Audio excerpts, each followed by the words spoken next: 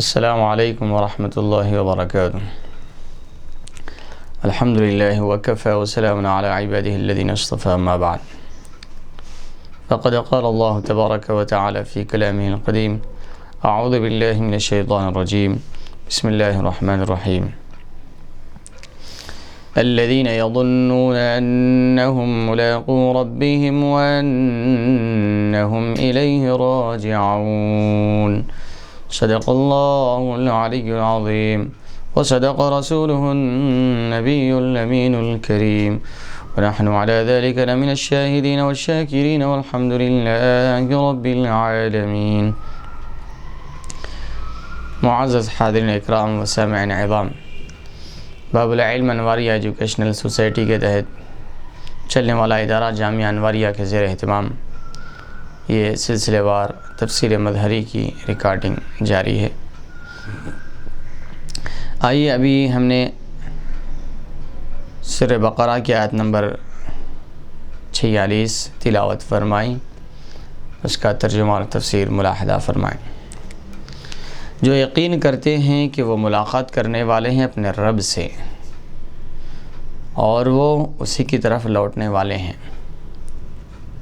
اس کا مفہومی ترجمہ سماعت فرمائیں۔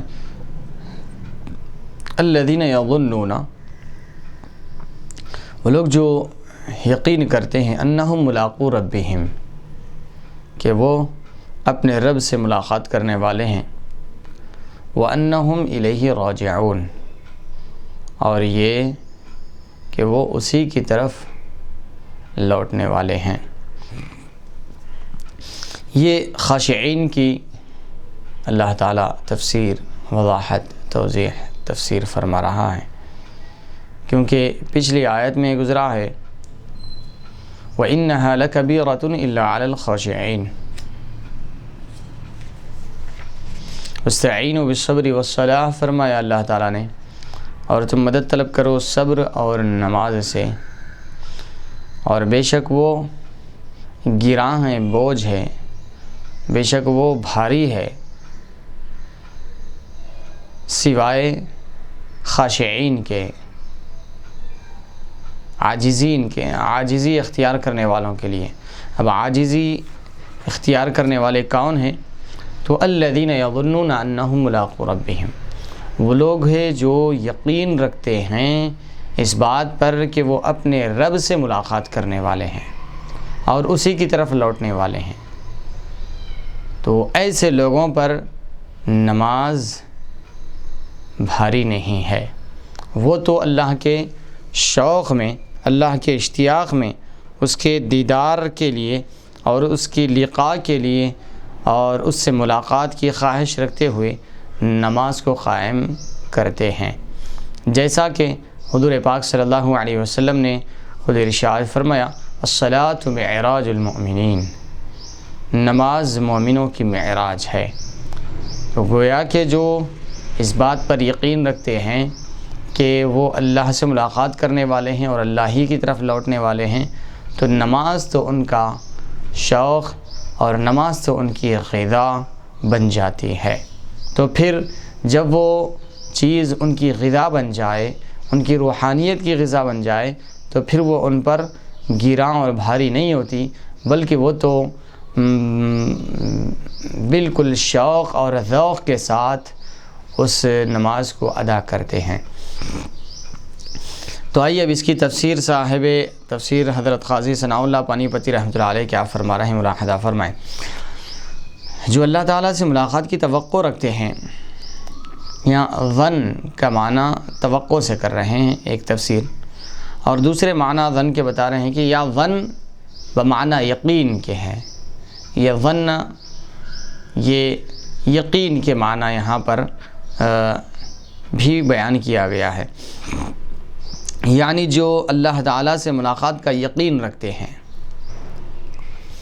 امام بغوی رحمۃ اللہ علیہ فرماتے ہیں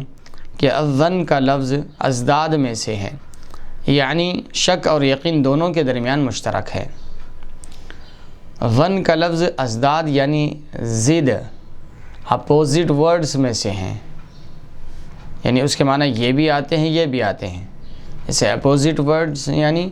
جیسے کہ دن اس کا مقابل، اس کا اپوزٹ رات، روشنی اس کا اپوزٹ ڈارک یعنی تاریکی،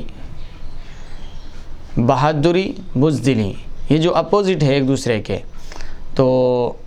امام بغوی فرماتے ہیں کہ یہ ظن جو ہے یہ ازداد میں سے ہے، دونوں معنی میں مشترک ہے. یہ ظن کے معنی بھی آتا ہے، شک کے معنی بھی دیتا ہے یہ،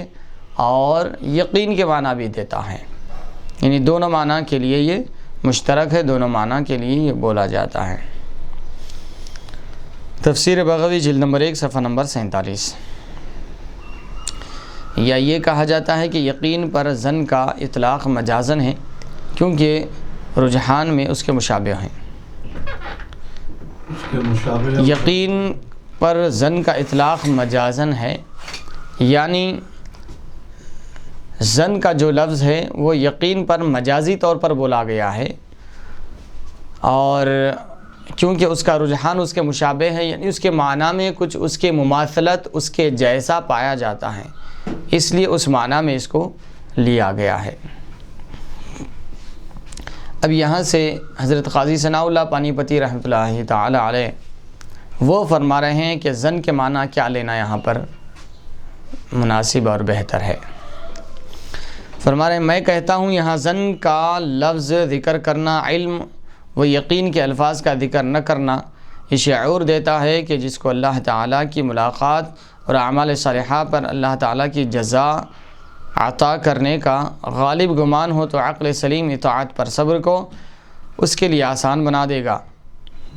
اور نقصان کے خوف سے اسے معصیت سے روک لے گا. یعنی صاحب تفسیر فرما رہے ہیں کہ یہاں پر جو ظن کا جو لفظ ہے یہاں پر علم اور یقین کا لفظ ذکر نہیں کیا گیا، ظن کا لفظ ذکر کیا گیا. تو اس کے بارے میں صاحب تفسیر فرما رہے ہیں کہ جس کسی کو یہ ظن غالب ہو، جس کسی کو یہ ظن غالب ہو کہ اللہ تعالیٰ سے ملاقات، یہ ظن غالب ہو، تو یقیناً وہ اعمال صالحہ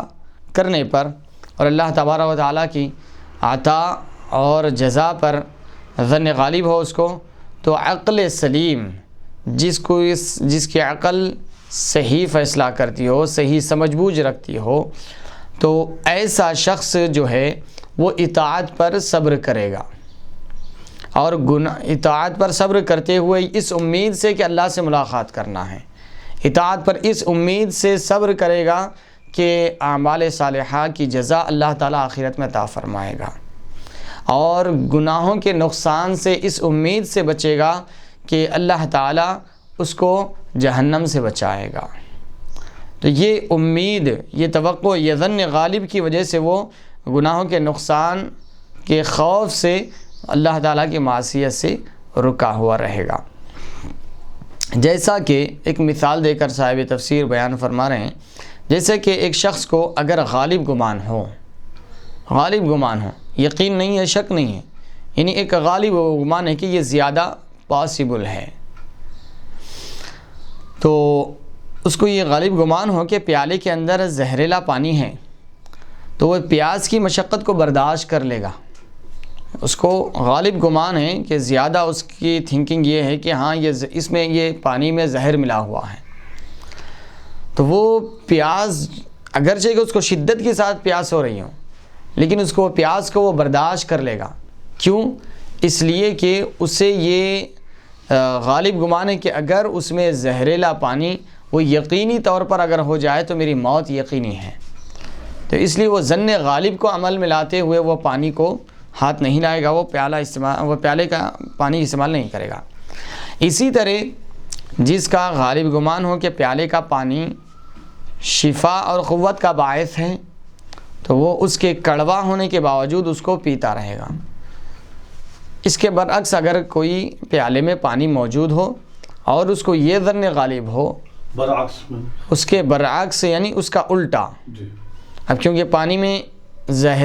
پیالے میں زہریلا پانی تھا، اب اس کے بالمقابل صاف پانی، شفاف پانی، میٹھا پانی یا قوت دینے والا پانی، یا اس طریقے سے کولڈ ڈرنکس وغیرہ سمجھیے، اس طریقے سے جو اچھا ہے، ایسا اگر کوئی پیالے میں پانی وغیرہ ہو تو وہ صاف ہے،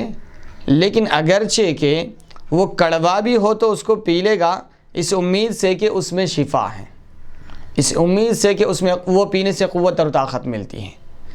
جیسے کہ لمکا ہے اور 7 اپ ہے، یہ گرچہ کے پانی کے جیسے ہی دکھتے ہیں، لیکن انسان اس کو ظن غالب ہے کہ کچھ حالات کی وجہ سے کہ ہاں یہاں پر ابھی کوئی لائے تھے، یہ استعمال کرے تھے ان کے دوست احباب رشتہ دار اور پی کر یہ چھوڑ دیے ہیں، ابھی یہاں پر کوئی زہر یا شراب تو نہیں ہوگا، تو یہ امکان، یہ جو غالب گمان جو بنتا ہے یہ حالات کی وجہ سے ہی بنتا ہے، اندازے اور گیس کی وجہ سے بنتا ہے، کیونکہ اس کی حقیقت تک تو وہ پہنچا نہیں ہے، اس کو بالیقین علم نہیں ہے، صرف وہ گیس کر کے اندازہ لگا کر یہ سمجھ رہا ہے کہ ہاں یہ ایسا، زیادہ تر یہ ایسا ہوگا، تو اس اعتبار سے وہ یہ اگرچہ کہ وہ کڑوا بھی ہو تو پی لے گا اس امید پر کہ وہ پینے سے مجھے قوت اور طاقت ملے گی، یا جیسے کہ آج کل کے کولڈ ڈرنکس وغیرہ کے حساب سے اگرچہ کہ اس کی ڈکار بہت خطرناک آتی ہیں، اگر منہ بند کر لیا جائے تو ناک پہ چڑھ جاتا ہے اور دماغ تک پہنچ جاتا ہے، لیکن وہ ہاضمے کے لیے وہ بھی انسان پی جاتا ہے، ایک ہاضمہ اچھا کرنے کی امید ہوتی ہے، تو صاحب تفسیر فرما رہے ہیں کہ وہ پیالے میں اگرچہ کہ کڑوا پانی کیوں نہ ہو، وہ شفا کی امید، نیت سے شفا کی توقع رکھتے ہوئے یا قوت اور طاقت حاصل ہونے کی توقع رکھتے ہوئے وہ اس کو پی لے گا۔ تو بس اب اس کے بعد مثال کو یوں منطبق کر رہے ہیں، یوں بٹھا رہے ہیں، یوں جما رہے ہیں، اس کو اس طریقے سے بیان کر رہے ہیں کہ جس طریقے سے یہاں پر انسان کڑوا گھٹ اپنی قوت کے لیے یا طاقت کے لیے یا شفا کے لیے کڑوا گھٹ پی لیتا ہے اور اپنی پیاس کو مارتا ہے وہ کڑوے زہریلے پانی کی وجہ سے، تو اسی طریقے سے بندہ بھی نیکیوں پر صبر کر لیتا ہے، نیکیوں پر جمع رہتا ہے آخرت میں ثواب کی امید کرتے ہوئے، اور گناہوں سے بچے رہتا ہے اللہ کے خوف اور خشیت سے۔ پس جو اللہ تعالیٰ اور اعمال کی جزا پر یقین رکھتا ہے وہ اپنے رب کی رضا کے حصول اور عظیم اجر وصول کرنے کے لیے مشقت کو کیسے حقیر سمجھے گا، انہیں اس کو مشقت نہیں دکھتی، مشقت اس کے لیے آسان بن جاتی ہے، یعنی جس طریقے سے وہ زہریلا پانی اس کو مار بھی دے سکتا تھا، لیکن وہ پیاس کی شدت ایک طرف ہے، ایک طرف زہریلا پانی ہے، تو اب پیاس کی شدت اس کو اتنا زیادہ نہیں ستائے گی، کیونکہ اگر وہ زہریلا پانی پیا تو مر جائے گا، تو اس لیے وہ پیاس کی شدت کو برداشت کرنا پسند کرے گا بالمقابل وہ زہریلے پانی پینے سے۔ تو اسی طریقے سے جو بندہ اللہ پر یقین رکھتا ہے اور اعمال صالحہ کی جزا پر ایمان رکھتا ہے، اور تو اپنے رب کی رضا کے حاصل کرنے کے لیے وہ جو عبادات میں، نماز میں جو بھاری ہے کہا گیا، نماز بھاری ہے، اس مشقت کو وہ برداشت کر لے گا، کیوں کہ اس کو توقع ہے کہ اللہ تعالیٰ اس کو اجر و ثواب عطا فرمائے گا۔ سبحان اللہ، سبحان اللہ۔ بلکہ وہ تو محبوب کے حکم کی پیروی اور محبوب کی ملاقات کی توقع میں لذت محسوس کرے گا۔ اب کیونکہ نماز سے اللہ تبارک و تعالیٰ کی ملاقات ہونا ہے اور اللہ تعالیٰ اس پر اجر و ثواب دینا ہے، اس توقع میں جب وہ نماز پڑھے گا تو پھر اس کو نماز میں ایک لذت اور چاشنی اور حلاوت محسوس ہونے لگے گی۔ اسی لیے حضور نبی کریم صلی اللہ علیہ وسلم نے ارشاد فرمایا، جعلت قرۃ عینی فی الصلاۃ، نماز میں میری آنکھوں کی ٹھنڈک ہے، کیونکہ یہ رب سے ملاقات کا ایک ذریعہ ہے۔ اور ایک مقام پر حضور نے ارشاد فرمایا، الصلاۃ معراج المؤمنین، نماز مومنوں کی معراج ہے۔ اب اس کے بعد آگے کی تفسیر فرما رہے ہیں کہ وہ ملاقات کرنے والے ہیں اپنے رب سے، وَأَنَّهُمْ مُلَاقُو رَبِّهِمْ کی تفسیر، یعنی آخرت میں وہ اللہ تعالیٰ کا دیدار کریں گے۔ نماز مومن کی معراج ہے، یہ نماز اللہ تعالیٰ کے دیدار اور رویت کے لیے بندے مومن کا وسیلہ ہے، یعنی اللہ تبارک و تعالیٰ کے دیدار کے لیے بندے کے لیے اور اللہ کے درمیان یہ نماز وسیلہ ہے، رب سے ملاتی ہے، رب کا دیدار کراتی ہے۔ اللہ تعالیٰ نے فرمایا، وَمِنَ اللَّيْلِ فَتَهَجَّدْ بِهِ نَافِلَةً لَكَ، عسى أن يبعثك ربك مقاما محمودا، اور رات کے بعد حصے میں اٹھو اور نماز تہجد ادا کرو تلاوت قرآن کے ساتھ، اور یہ نماز زائد ہے، اضافہ ہے آپ کے لیے، یقیناً فائز فرمائے گا آپ کو آپ کا رب مقام محمود پر۔ تو اس میں بھی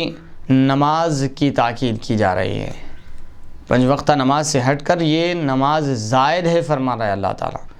رات کے آخر حصے میں، رات کے بعد حصے میں اٹھ کر عبادت کرو اللہ تعالیٰ کے لیے، نماز تہجد ادا کرو قرآن کی تلاوت کے ساتھ، یقیناً یہ زائد نماز ہے، اور اس نماز کی وجہ سے اللہ تعالیٰ تمہیں مقام محمود پر فائز فرمائے گا۔ حضرت ربیعہ بن کعب رضی اللہ عنہ سے مروی ہے کہ میں رسول اللہ صلی اللہ علیہ وسلم کے پاس رات گزارتا تھا، میں نے آپ صلی اللہ علیہ وسلم کو وضو کرایا تو آپ صلی اللہ علیہ وسلم نے مجھے فرمایا مانگو،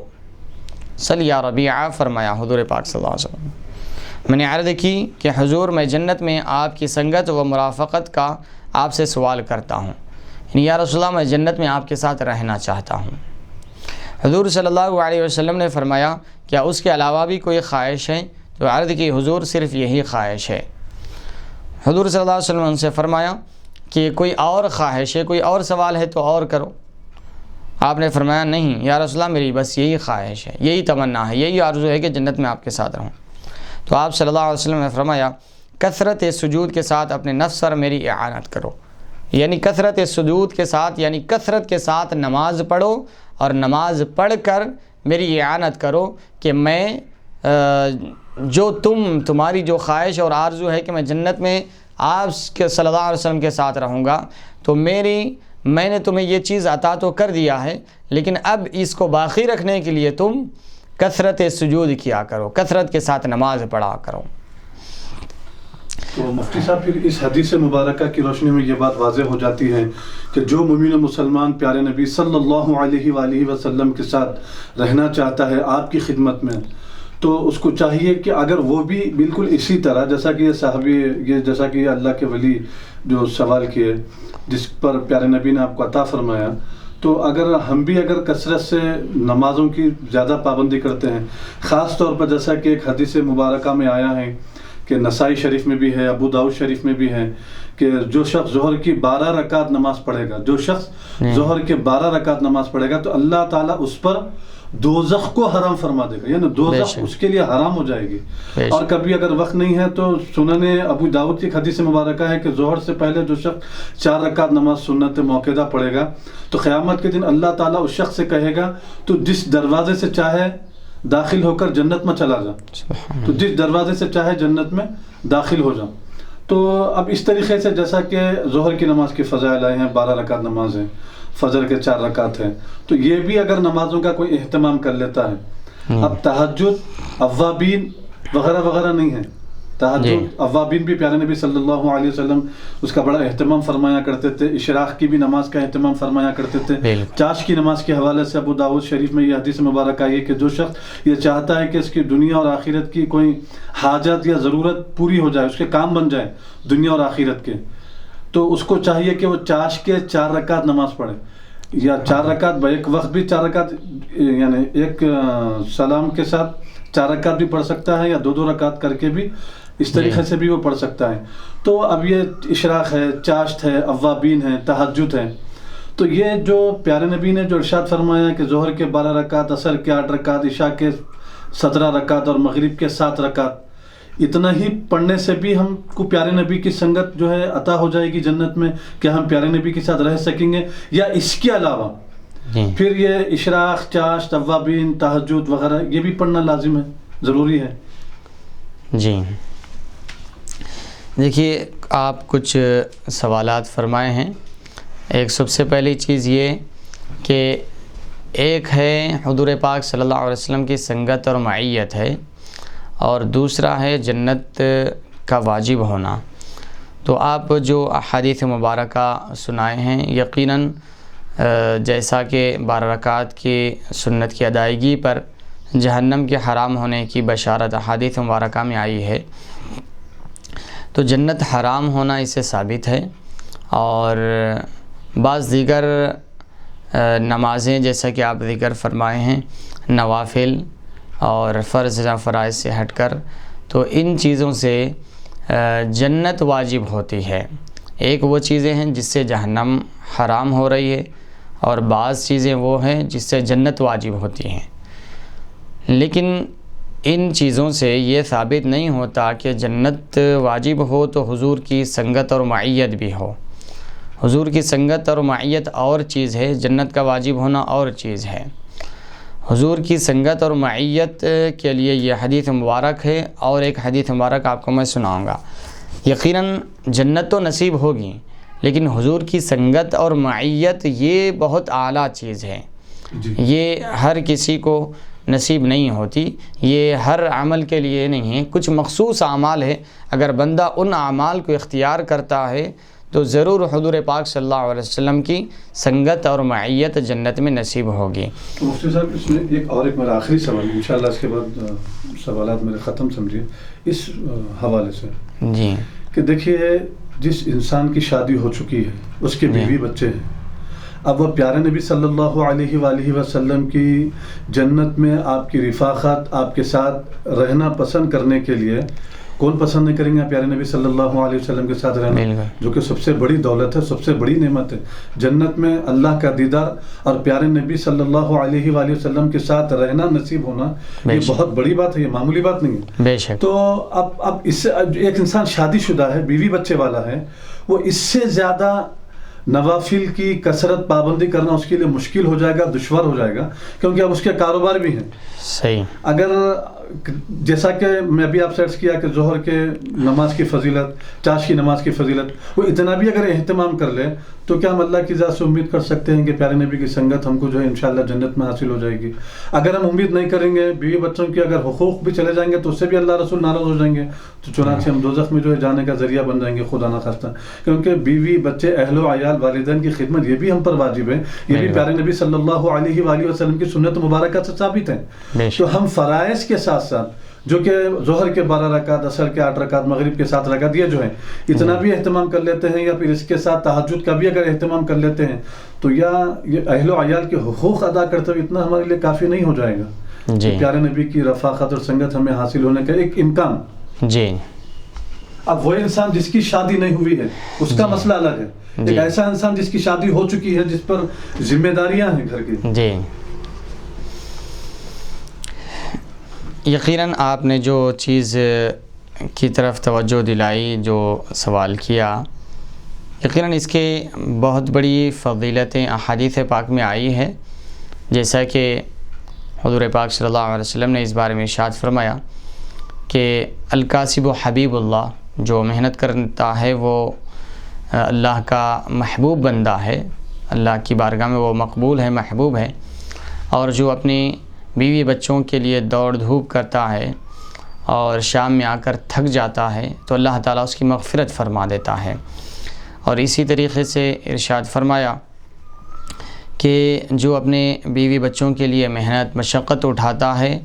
اور یہاں تک کہ جو وہ اپنے بیوی بچوں کو کھلاتا ہے، یہاں تک کہ جو اپنے بیوی کو بھی ایک لقمہ بھی کھلاتا ہے تو وہ بھی اس کے لیے باعث اجر و ثواب ہے، نیکی کا اور اجر و ثواب کا باعث ہے۔ یہ اپنی اولاد اور اپنے اہل و عیال کے لیے محنت مشقت اور دوڑ دھوپ کرنے کے بارے میں احادیث مبارکہ واضح طور پر وارد آئے ہیں۔ اب رہی بات حضور پاک صلی اللہ علیہ وسلم کی سنگت کی، تو ایسا جہاں تک میں نے اساتذہ کی صحبت میں قریب 8-10 سال گزارے ہیں، اور کچھ احادیث مبارکہ کی کتابیں پڑھنے کا بھی موقع ملا ہے، اور شیوخین کی صحبت میں بیٹھنے کا بھی موقع ملا ہے، لیکن ایسی کوئی حدیث شریف یا جس طریقے سے نوافل کی کثرت یا اپنے اہل و عیال کی خدمت کی وجہ سے حضور پاک صلی اللہ علیہ وسلم معیت اور سنگت نصیب ہوگی، ایسی کوئی واضح حدیث میں نے نہ پڑھی ہے نہ سنی ہے۔ لیکن جو چیز میں نے پڑھی ہے اور سنی ہے، یقیناً وہ بھی بہت آسان ہے، وہ عمل بھی، اگر وہ عمل اگر ہم اختیار کریں گے تو ہم ببانگ دہل کہہ سکتے ہیں اور سینہ ٹھوک کر کہہ سکتے ہیں کہ یقیناً انشاءاللہ ہمیں حضور کی معیت اور سنگت نصیب ہوگی جنت میں۔ سبحان اللہ. تو وہ کیا وہ 3 اعمال ہے میرے جو علم میں ہیں، اور اس سے زائد بھی ہو سکتے ہیں. میں نے جو آج تک پڑھا ہے، سنا ہے شیوخین سے اور احادیث میں، اس کو وہ 3 اعمال کو اختصار کے ساتھ میں ذکر کر کے اپنی بات کو آگے بڑھاتا ہوں کہ حضور پاک صلی اللہ علیہ وسلم کی معیت اور سنگت کے لیے 3 اعمال کو اختیار کریں. ایک تو یہ حدیث مبارک میں یہ جو حضرت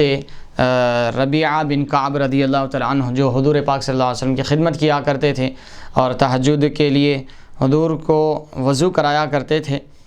تو حضور پاک صلی اللہ علیہ وسلم نے آپ کا دریا جوش میں آیا اور فرمایا سل یا ربیعہ، اے ربیعہ مانگو کیا مانگتے ہو. تو انہوں نے فرمایا یا رسول اللہ میں جنت میں آپ کی مرافقت، آپ کی سنگت اور آپ کی معیت مانگتا ہوں. تو یہ اختیار رسول ہے پھر بے شک، خاص ہے، وہ صحابی کے لیے خاص ہے. پھر یہ صحابی کے لیے خاص ہے. اب کیونکہ حضور پاک صلی اللہ علیہ وسلم کی حیات ظاہری نہیں ہے، اس لیے اب کوئی اس طریقے سے خدمت انجام نہیں دے سکتا ہے، اس لیے یہ سوال اب پیدا نہیں ہوتا. لیکن اگر کوئی خواب میں اس طریقے سے عمل دیکھ رہا ہے تو خواب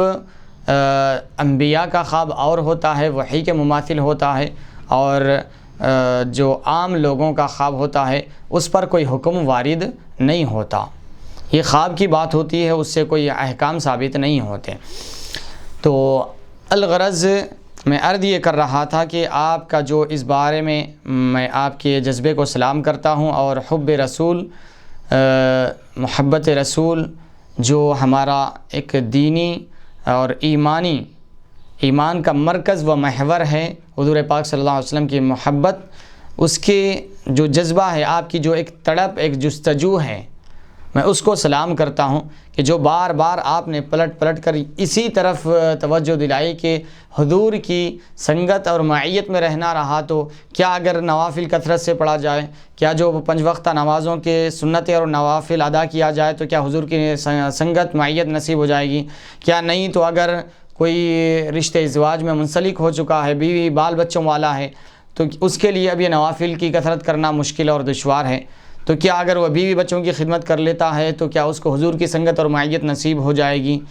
تو یقیناً یہ آپ کے جذبے کو سلام ہے. لیکن یہ 2 اعمال جو آپ ذکر کیے ہیں، اس بارے میں تو میرے نظر سے کوئی حدیث نہیں گزری ہے، لیکن دیگر جو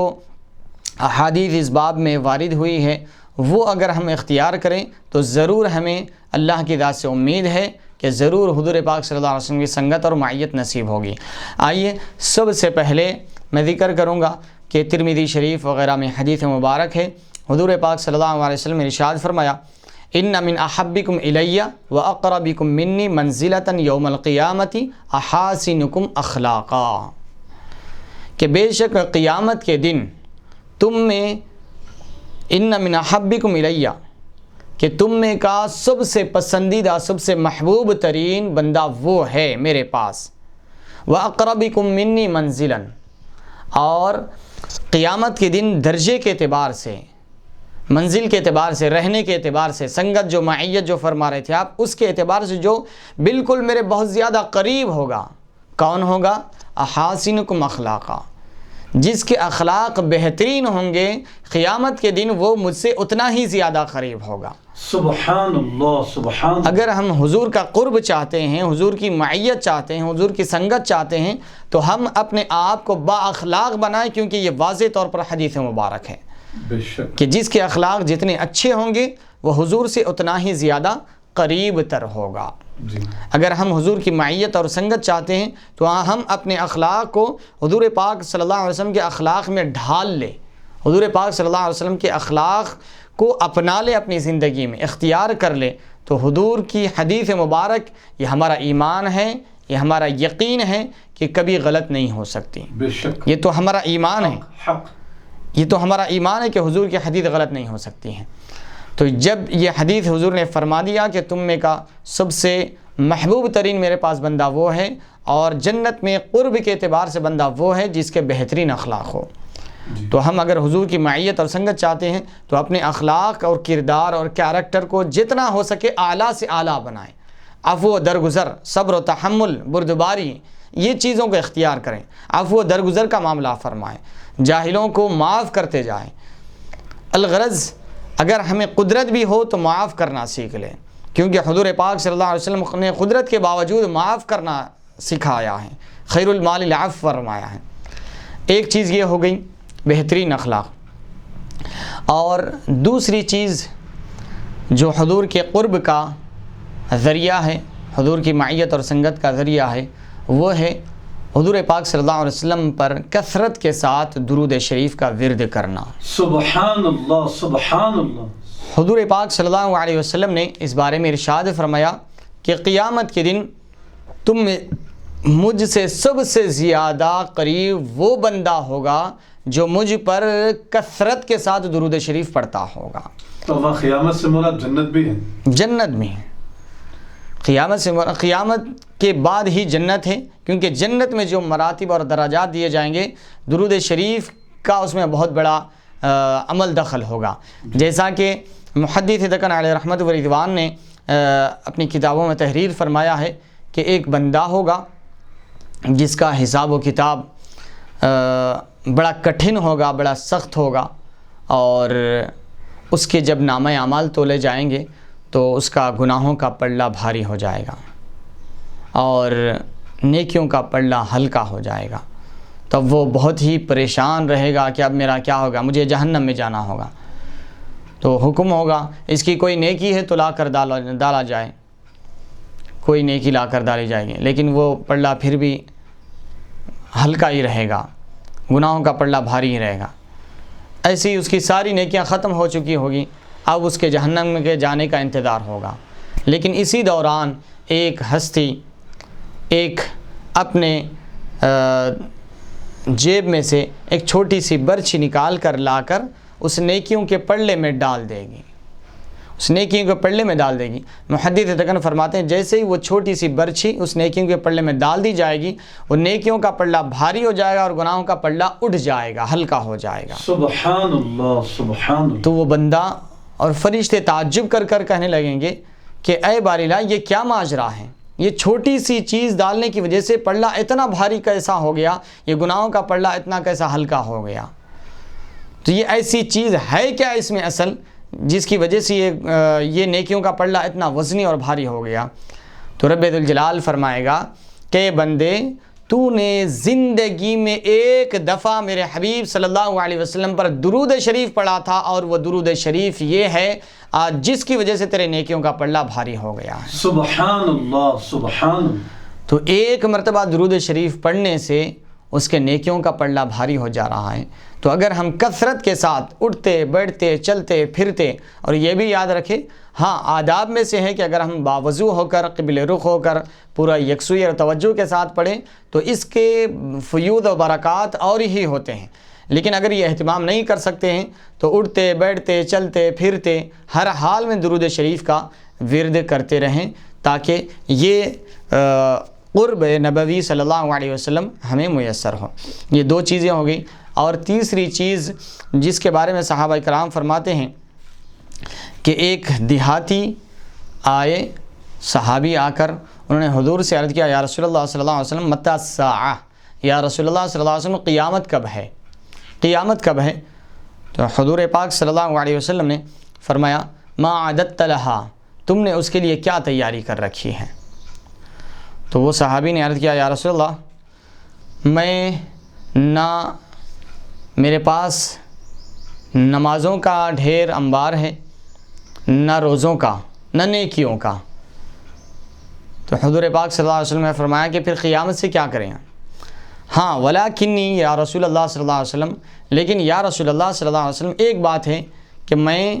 میرے پاس نماز اور روزوں کی اور نیکیوں کی کوئی کثرت نہیں ہے، لیکن اتنی بات ہے یا رسول اللہ، میں اللہ سے اور اس کے رسول سے محبت کرتا ہوں۔ جیسا ہی حضور پاک صلی اللہ علیہ وسلم یہ سننا تھا تو حضور پاک صلی اللہ علیہ وسلم نے فرمایا کہ جا انت مع من احببت،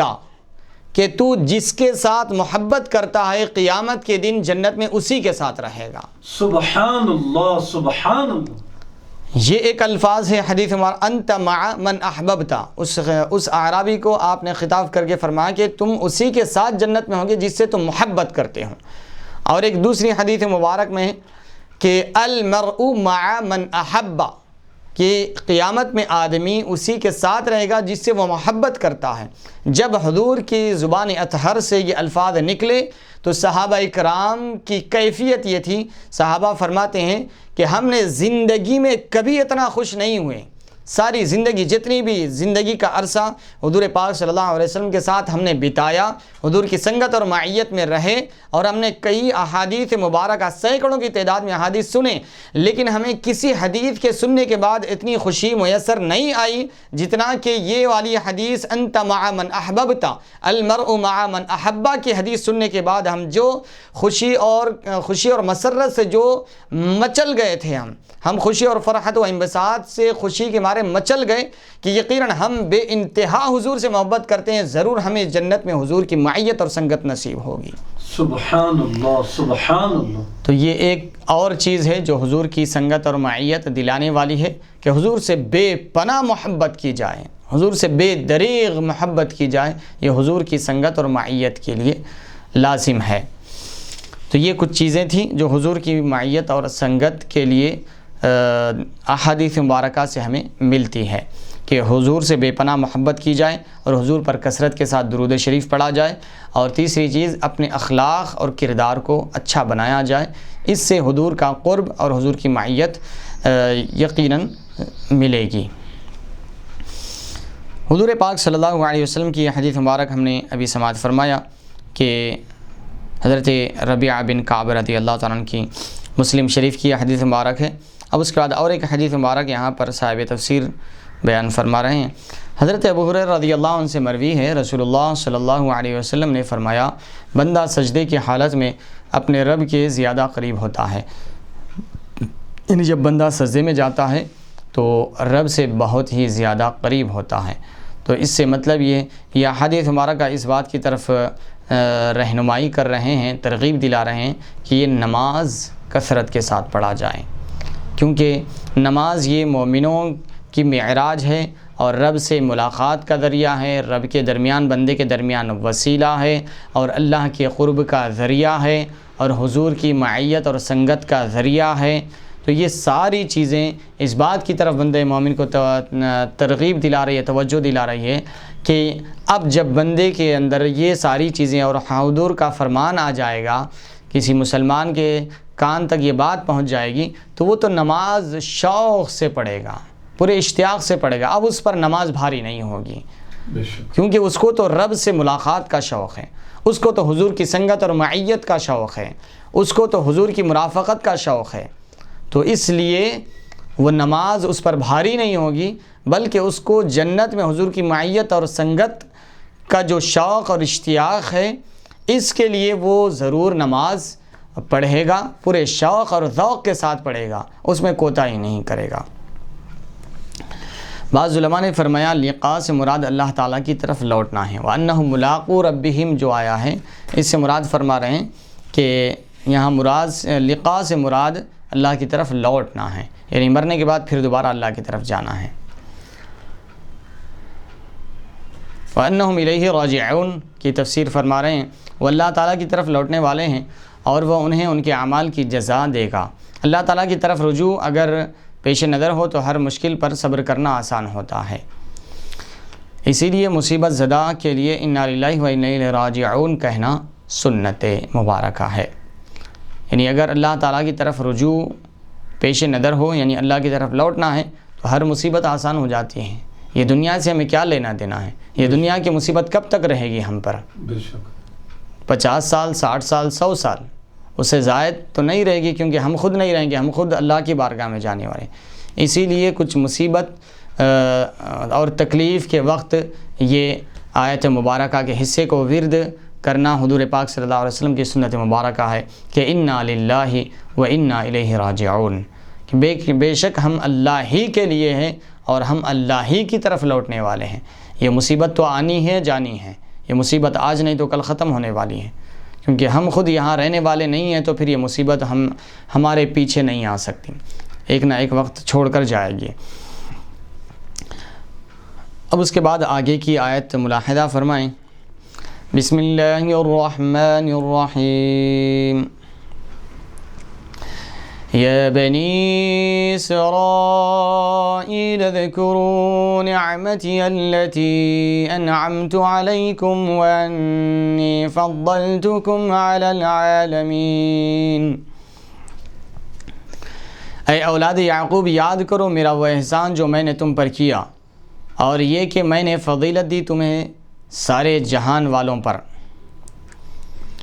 اللہ تبارک و تعالیٰ بنی اسرائیل کو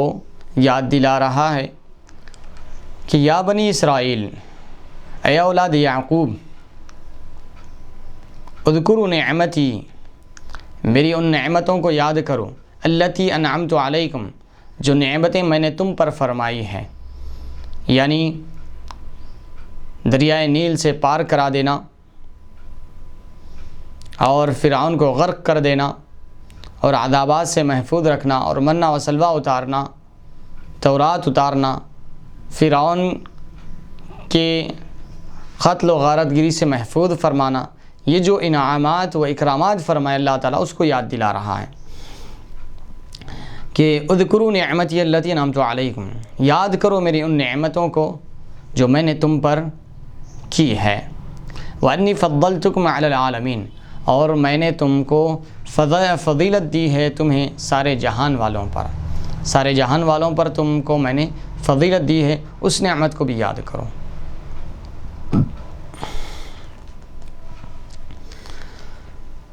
آئیے اب اس کی تفسیر ملاحظہ فرماتے ہیں. بطور تاکید دوبارہ اذکروا ذکر فرمایا، یعنی یا بنی اسرائیل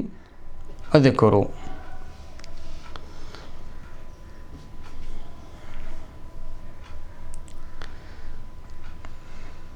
اذکروا کا جو ذکر آ رہا ہے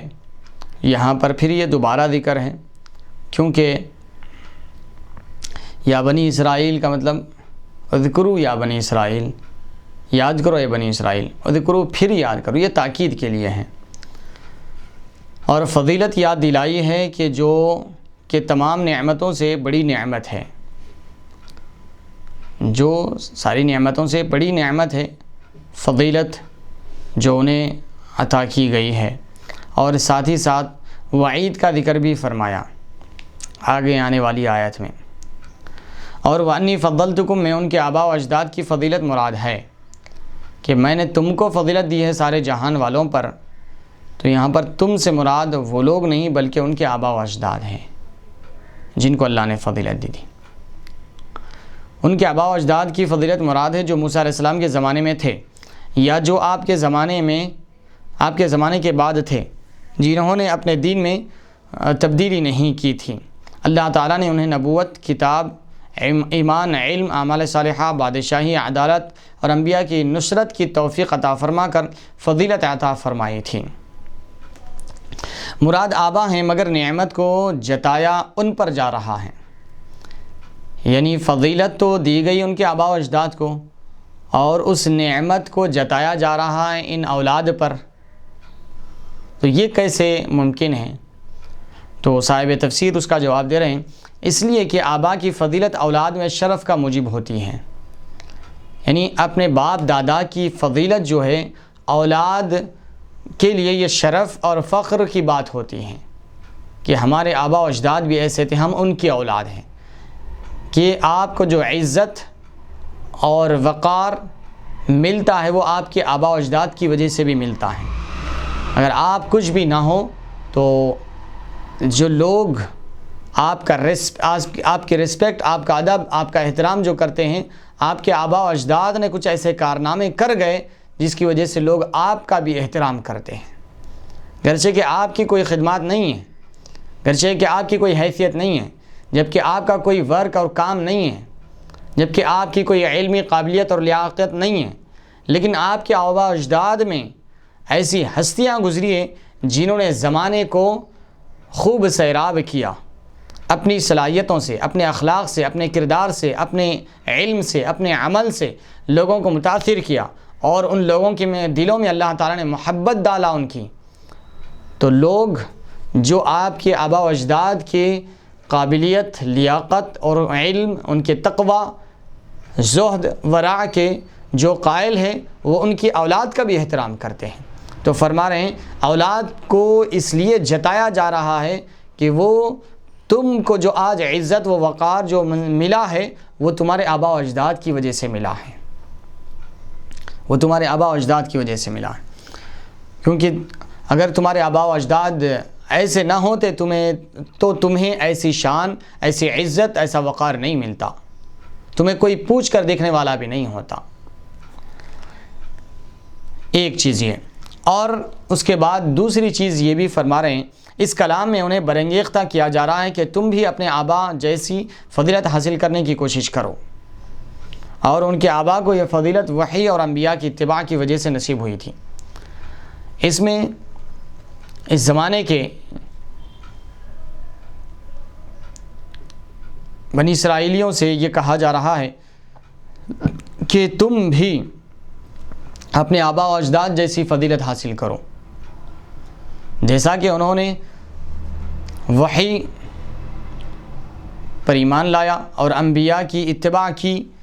تو جس کی وجہ سے انہیں یہ فضیلت اور یہ عظمت ملی تھی۔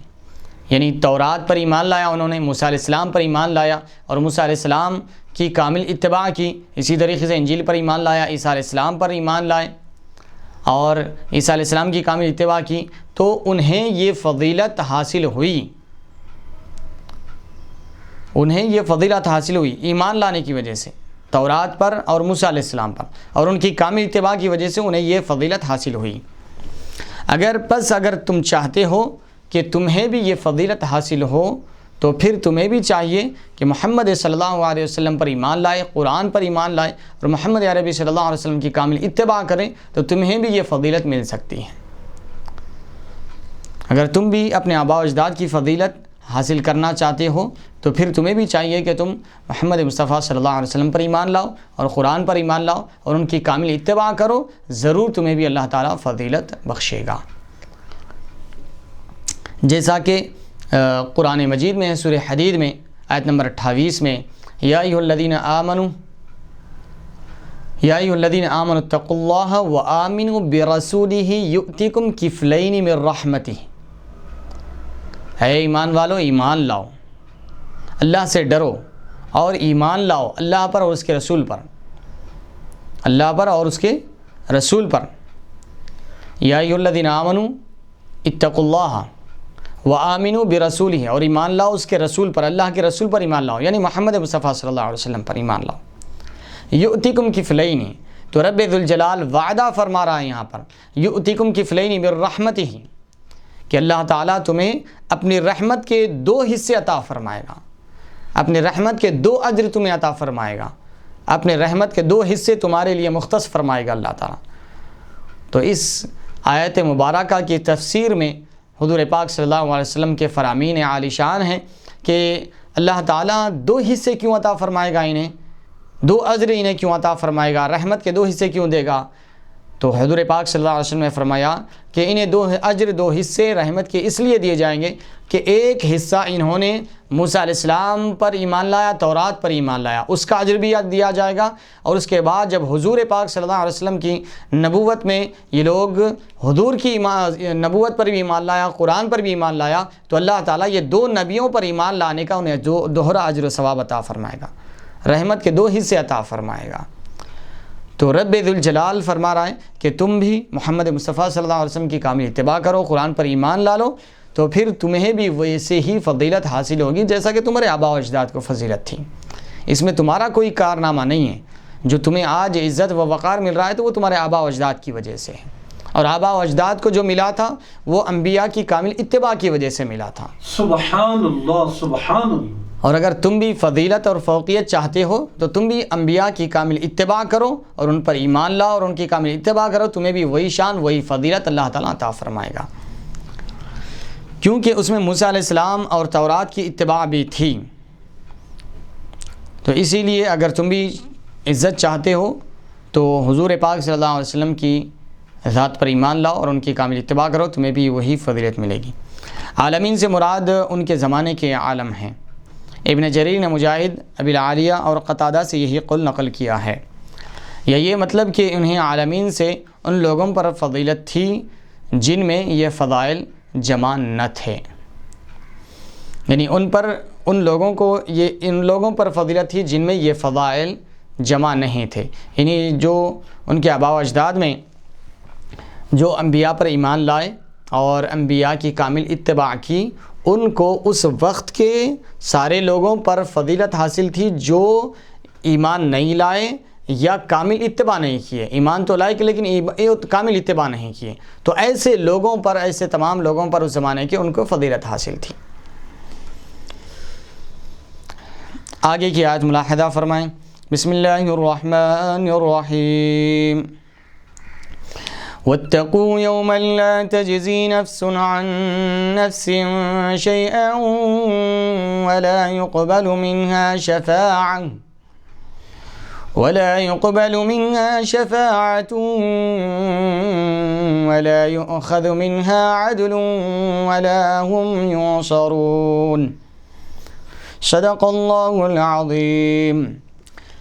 وصدق رسوله النبي الأمين الكريم۔ اور ڈرو اس دن سے جب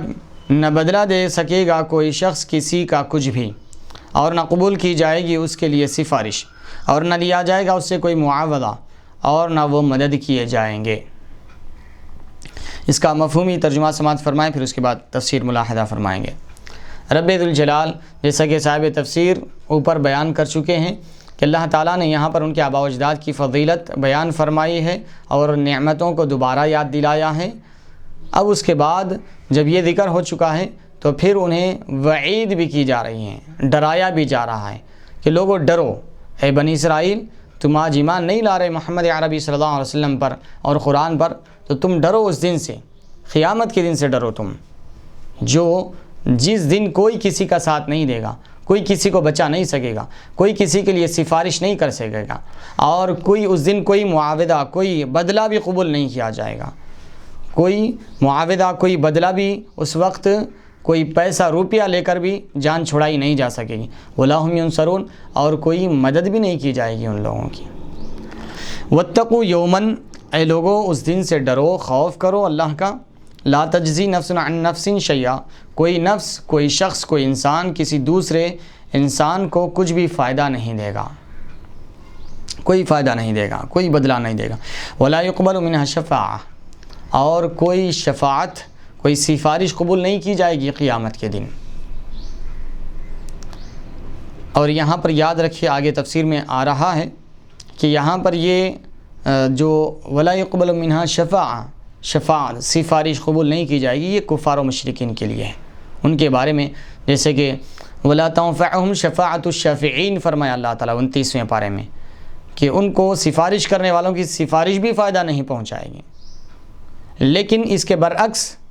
اہل ایمان کے لیے سفارش اور شفاعت یہ قرآن سے بھی ثابت ہے اور احادیث طیبہ سے بھی ثابت ہے۔ تو یہ شفاعت، یہ سفارش کفار و مشرکین کے حق میں قابل قبول نہیں ہے، اہل ایمان کے حق میں قابل قبول ہے، جیسے کہ واضح طور پر احادیث سے ثابت ہے، انبیاء شفاعت کریں گے، صحابہ شفاعت کریں گے، صلحاء شفاعت کریں گے، حفاظ شفاعت کریں گے، اور شہداء سفارش کریں گے، اور حجاج سفارش کریں گے۔ الغرض ایک طویل فہرست ہے، حفاظ، علماء، اولیاء، یہ ساری بہت سارے حضرات اللہ کی بارگاہ میں گنہگاروں کی سفارش کریں گے اور انہیں جہنم سے نکال کر جنت میں لے جائیں گے۔ تو یہاں پر جو فرمایا جا رہا ہے یہ ولا يقبل منها شفاعہ، کوئی سفارش قبول نہیں کی جائے گی۔ یہاں پر کچھ لوگوں کو یہی مغالطہ ہو جاتا ہے کہ کوئی سفارش، کوئی شفاعت قیامت کے دن کام نہیں آئے گی، کوئی نبی، کوئی ولی کسی کو نہیں بچائے گا، نعوذ باللہ من ذلک، استغفر اللہ۔ یہ اسی سے، جبکہ یہ آیت مبارکہ کفار و مشرکین کے لیے مختص ہے، یہ ان کے لیے نازل ہوئی ہے، اور بددیانت کچھ لوگ اس کو اہل ایمان اور مسلمانوں پر چسپاں کرتے ہوئے نظر آتے ہیں۔ اللہ اکبر، اللہ اکبر۔ ولا یؤخذ منها عدل، اور کوئی معاوضہ، کوئی بدلہ نہیں لیا جائے گا، کوئی معاوضہ نہیں لیا جائے گا۔ ولا هم ينصرون، اور ان کی مدد بھی نہیں کی جائے گی اس وقت قیامت کے دن۔ اب تفسیر فرما رہے ہیں نفس کی، واتقوا یوما لا تجزی نفس عن نفس شیئا، یہاں نفس مراد کافرہ، نفس کافرہ مراد ہے، نفس مومنہ مراد نہیں ہے، کیونکہ آیات و احادیث اہل کبائر کی شفاعت پر دلالت کرتی ہیں. جیسا کہ ابھی کل ایک حدیث مبارک دیکھ رہا تھا، روضہ نبوی صلی اللہ علیہ وسلم کے پاس ابو داؤد اور ترمذی وغیرہ کے حوالے سے یہ حدیث مبارک لکھی ہوئی ہے، شفاعتی لأہل الکبائر من امتی، میری شفاعت میری امت کے بڑے بڑے گناہ گاروں کے لیے ہے. خود حضور پاک صلی اللہ علیہ وسلم کا فرمان ہے کہ میری شفاعت میری امت کے بڑے بڑے گناہ گاروں کے لیے ہے. تو شفاعت کا کرنا، شفاعت کا ہونا مومنین کے حق میں یہ برحق ہے، یہ سچ ہے، یہ حق ہے، یہ درست ہے. کیونکہ احادیث آیات اہل کبائر کی شفاعت پر دلالت کرتی ہے، اس لیے یہاں پر یہ نفس مراد نفس کافرہ مراد ہے. دوسرا یہ کہ اس پر اجماع ہے کہ اہل کبائر کی شفاعت ہوگی، اس پر یعنی گناہ کبیرہ کرنے والوں کی، گناہ کبیرہ کرنے والوں کی شفاعت ضرور ہوگی، اس پر اجماع بھی ہے، اس کا کسی کو انکار نہیں ہے. کسی زمانے میں کسی کو انکار نہیں تھا اس بات پر. شیئن مفعول بھی ہے، یہاں پر کچھ گرامر کے اعتبار سے کچھ چیزیں بتا رہے ہیں، اس کو ملاحظہ فرمائیں. شیئن مفعول بھی ہونے کی حیثیت سے منصوب یا مفعول مطلق کی حیثیت سے منصوب ہے. بعض علماء نے فرمایا کہ کوئی نفس کسی نفس کو کوئی فائدہ نہیں پہنچائے گا.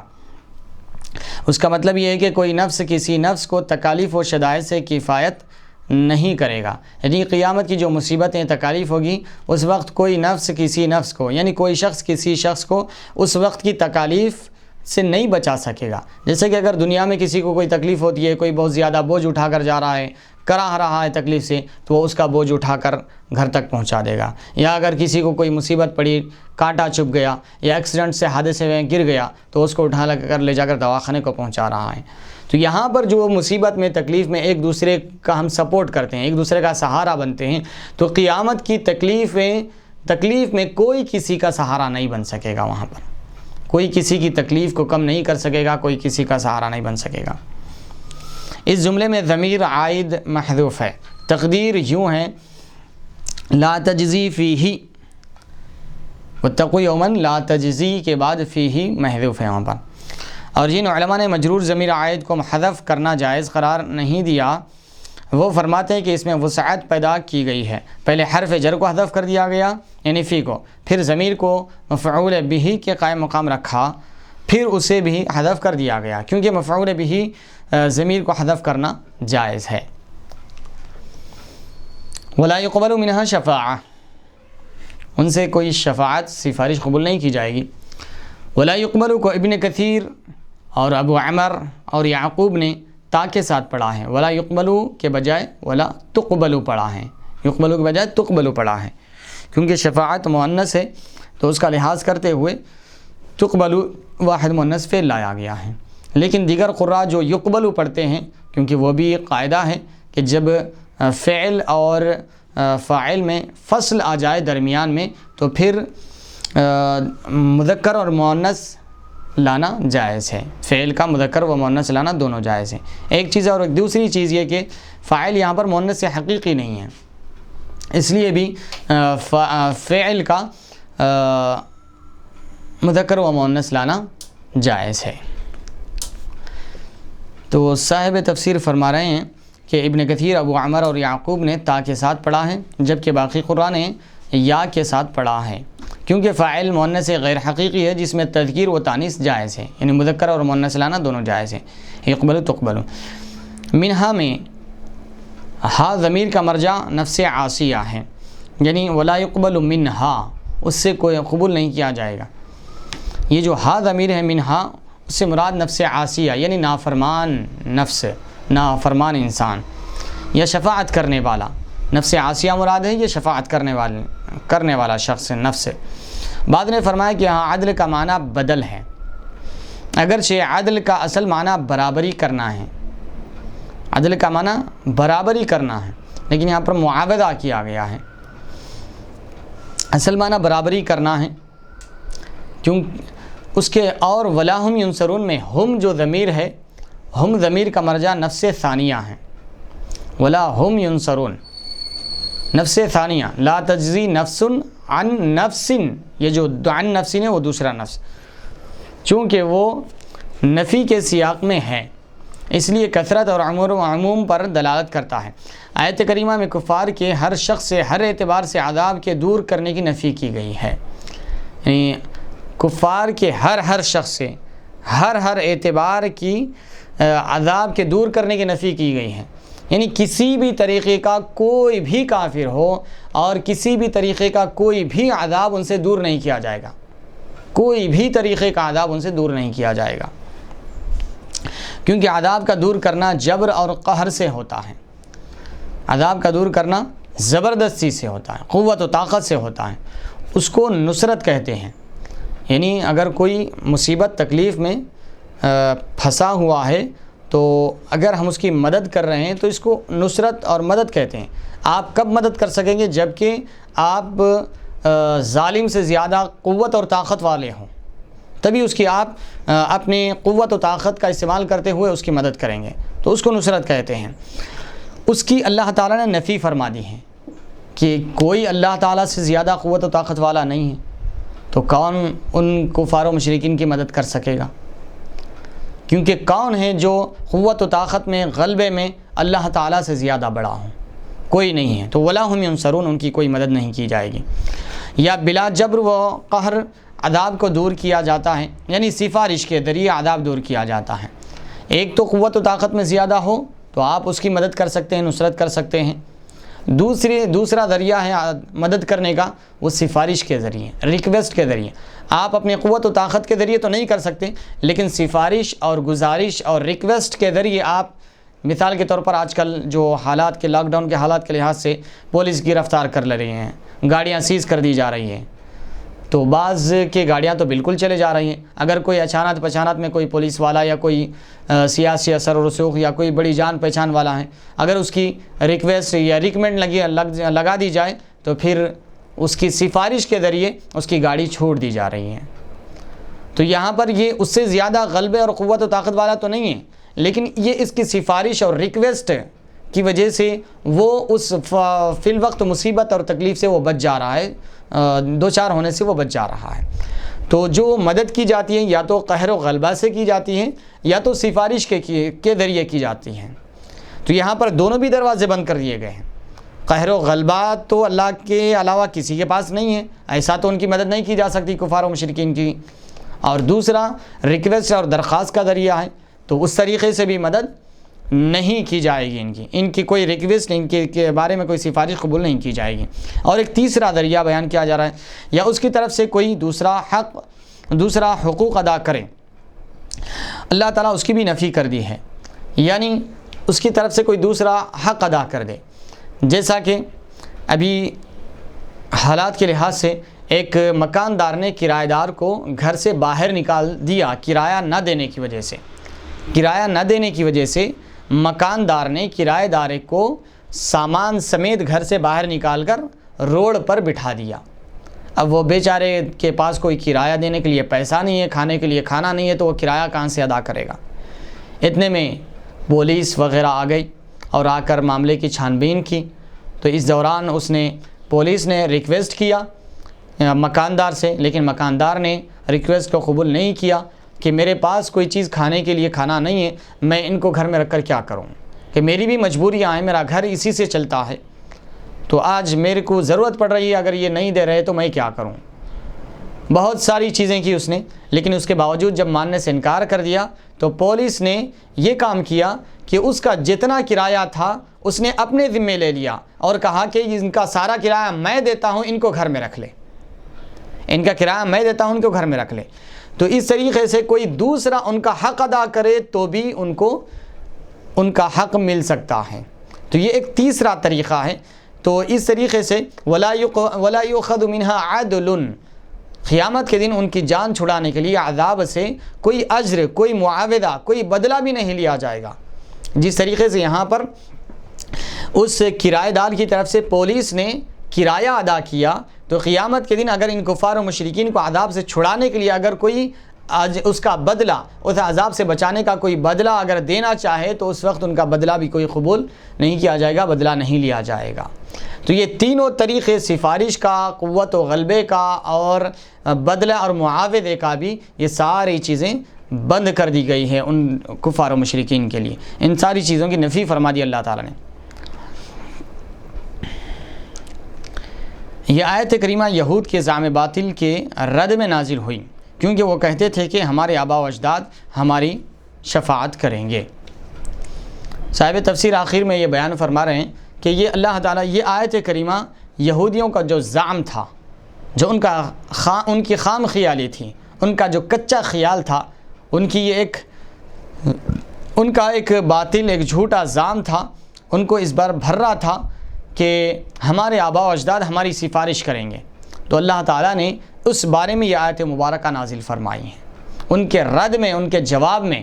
ان کی اس فکر کو، اس تھنکنگ کو توڑنے کے لیے، ختم کرنے کے لیے اللہ تعالیٰ نے یہ آیت کریمہ نازل فرمائی۔ وَاتَّقُوا يَوْمًا لَا تَجْزِي نَفْسٌ عَن نَفْسٍ شَيْئًا وَلَا يُقْبَلُ مِنْهَا شَفَاعَةٌ وَلَا يُؤْخَذُ مِنْهَا عَدْلٌ وَلَا هُمْ يُنصَرُونَ۔